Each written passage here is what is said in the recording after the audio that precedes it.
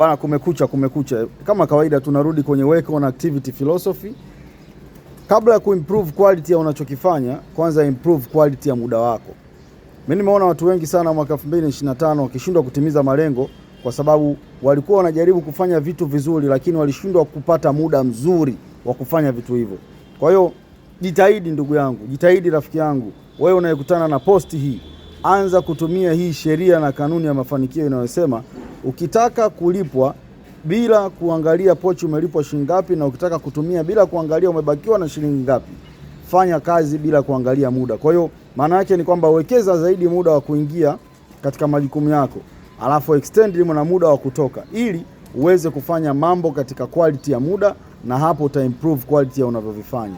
Kupata content na tips mbalimbali za mafanikio, endelea kusubscribe, like, follow, share, imfikie mtu ambaye anataka kufanikiwa mwaka huu 2026.